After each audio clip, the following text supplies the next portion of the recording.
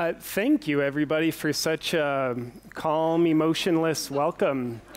I very much feel like I'm in my family growing up, so it's nice to see you guys, too. Yeah, thank you. Thank you. It's been a good talk. I hope you learned something today. This has been wonderful. Yeah, at first, you guys seem like a bunch of Kiwis. It's just kind of a little emotionless. So thank you for the welcome. To me, it's kind of like, have you ever been in a relationship and you ask your beloved, like, please tell me you love me? Like, you did that for me. I think we're a little more codependent than when we started. So nonetheless, let's get serious and learn something. Let's talk about you guys. You guys are all looking very proper and sophisticated today. It's very good. However, I don't buy it. I think it's just a cover-up. I think underneath your business casual attire, you're all just a bunch of naked weirdos. That's what I appreciate about you guys. I do personally, I'm going to sound a little cliche, I dream of a world where we can take off what we use to cover up our weirdness, our uniqueness. So, why am I here talking with you today? The reason is Trump got elected in the US and I wanted to flee the country. They had a speaker die, so I got to fill in. This is good. Honestly, I don't think death is a laughing matter. You guys are accumulating bad karma. The other reason why I'm here talking with you today is to encourage you to tap into what I think is one of the most precious, valuable resources inside the miracle of your being, which I think is your weirdness. And it's just my belief. It may not be true for you, but hell, I'm going to express myself. Let me ask you to do me a little favor. Think of someone who you really admire. Might be a celebrity, might be someone in your personal life. It doesn't matter. Just think of someone who you really admire. Do you feel this intimate moment of silence? Do you feel me ruining this moment of silence? Next question is, what's weird about that person? I almost can guarantee you there is something weird about this person, or else you wouldn't have ever noticed them, and therefore you wouldn't be admiring them.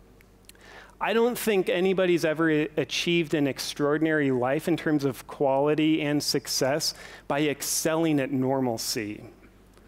So when you take a look at, okay, these people I really admire, what about them do I admire, and what's weird about them? What weirdness do they have that I actually appreciate? I might not call it weirdness. JP calls it weirdness. And you should probably think the way I think. So with that said, I will confess I'm not a doctor that I'm aware of, but I might be in denial. But if I was a doctor, what I would tell you is, in my opinion, the most pervasive disease that inflicts humanity is the disease of being normal. And I think what's terrible about that is it's not even an interesting disease.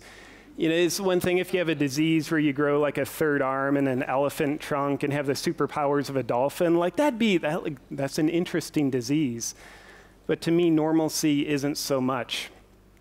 And in my opinion, with this pervasive disease, when it infects us, I think it kills our quality of life and limits our business and brand growth, in my delusional opinion. And I would dare say there is a cure for the disease, little vitamin W, if you will. Not W. Bush, but weirdness. What is weirdness? As you can clearly see illustrated by the picture of me paddleboarding with a goat. But actually, could we take a minute and appreciate that? Who in here has paddleboarded with a goat before? It sounds easy. It's actually a little bit challenging, believe it or not. So based on the metaphoric picture of the goat paddleboarding, it's obvious that what weirdness is self-expression. That's my definition of it. So weirdness, if it's self-expression, then what I would call normalcy is when we're expressing someone else.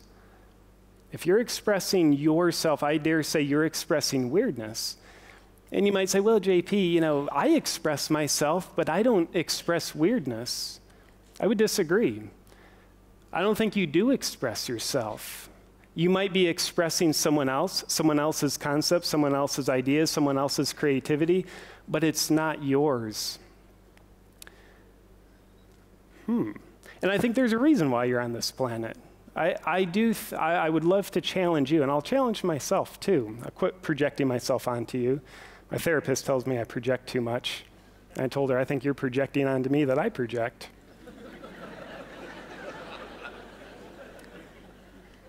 So in my opinion, here's my projection.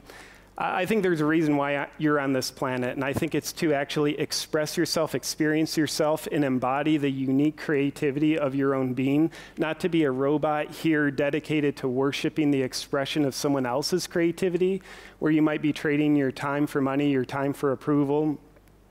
So with that said, in my opinion, and by the way, this is a fact that it's my opinion. In my opinion, there's three primary sources of our weirdness. Our inner genius, our inner authenticity, and our creativity. And I think these things, they're very unique to you. What makes you weird, your sources of weirdness, they're different than mine. So for me, it's very important to realize like our genius, our authenticity, our creativity, they're very unique to us. And in my opinion, that's what makes it so valuable, the fact that it's unique to us.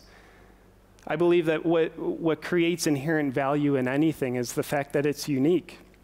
I mean, why do people pay millions of dollars for a Picasso painting? It's because there's not 10,000 of the same painting. With that said,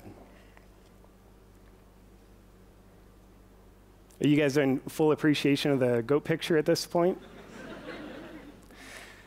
So with that said, and by the way, can you guys see my handsomeness okay in the back? Sounds like a yes, but if you can't, please ask for your money back. It's really important. So to me, we do ourselves a disservice when we hide our inner genius, because it makes us different from other people. And the flip side of that is when we express ourselves, when we express our inner genius, our inner unique weirdness, I think that's an incredible service to ourselves. We express it because it's exactly what makes us different from other people.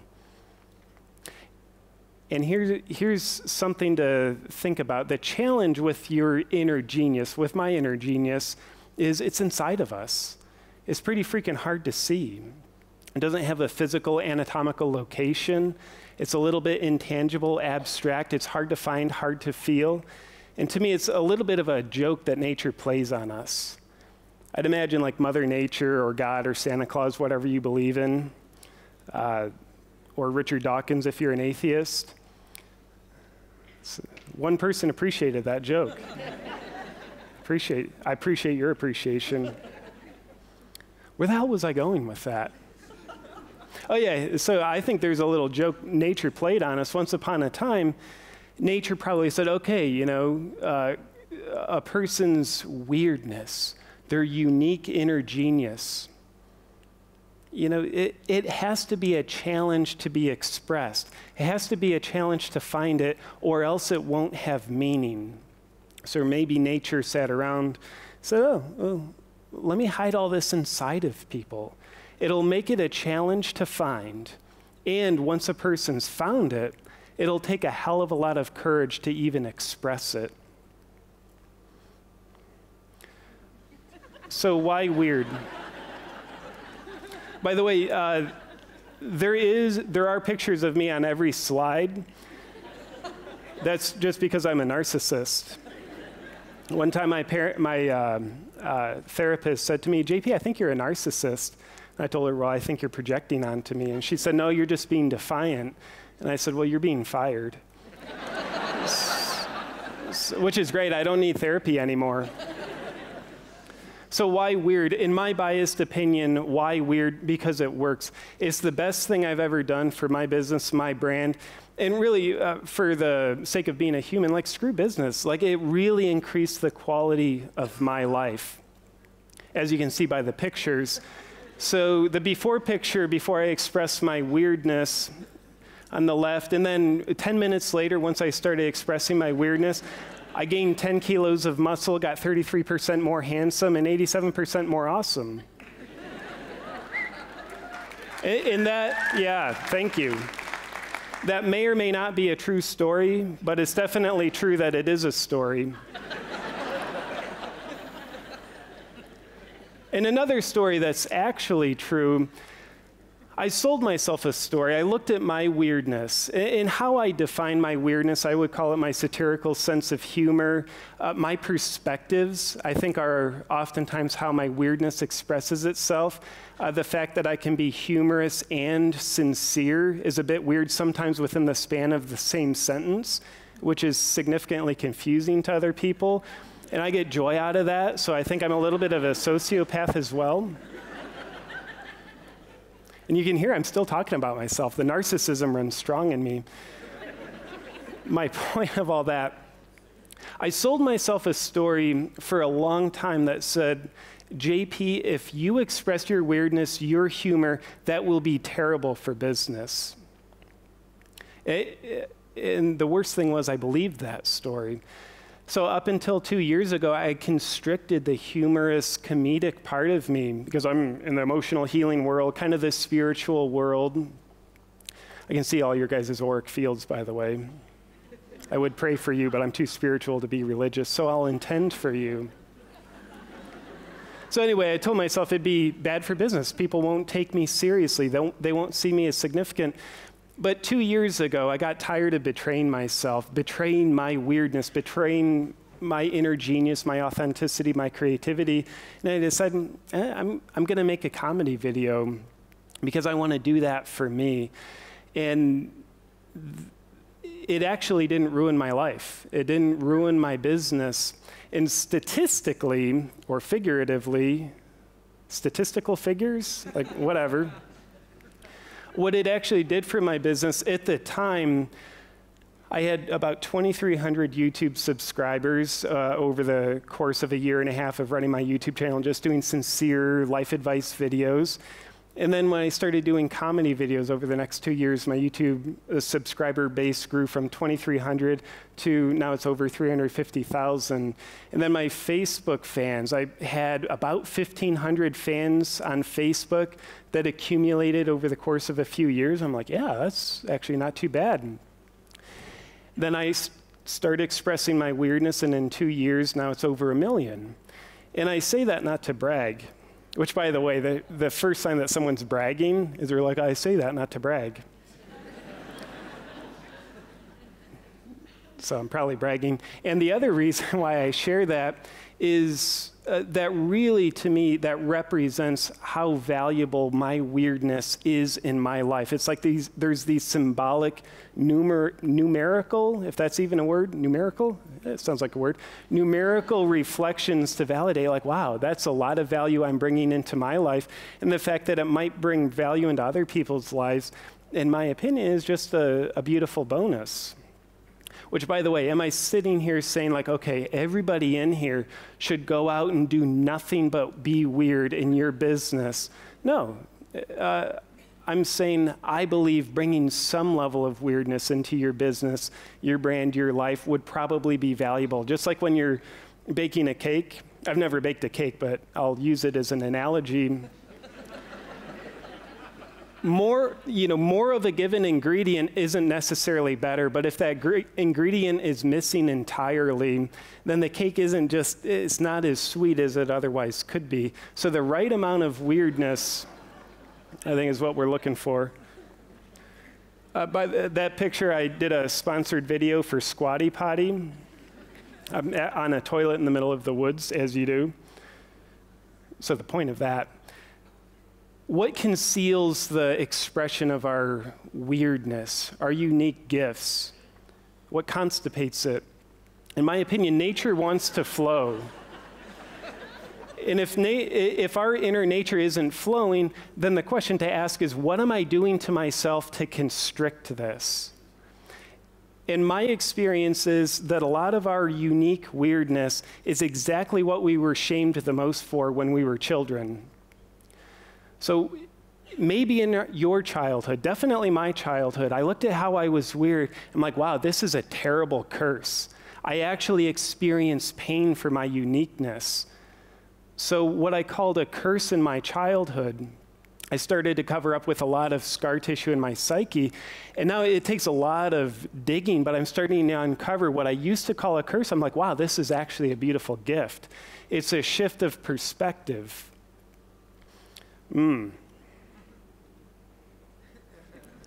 Everybody okay?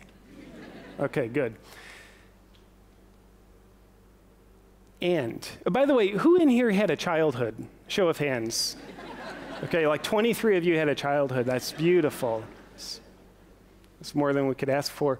So, along the way, I believe the innocent, unique hand of your giftedness, my giftedness, along the way, it touched the fires of rejection. Just like you touch a hot stove, you're like, oh, I'm not going to touch that again.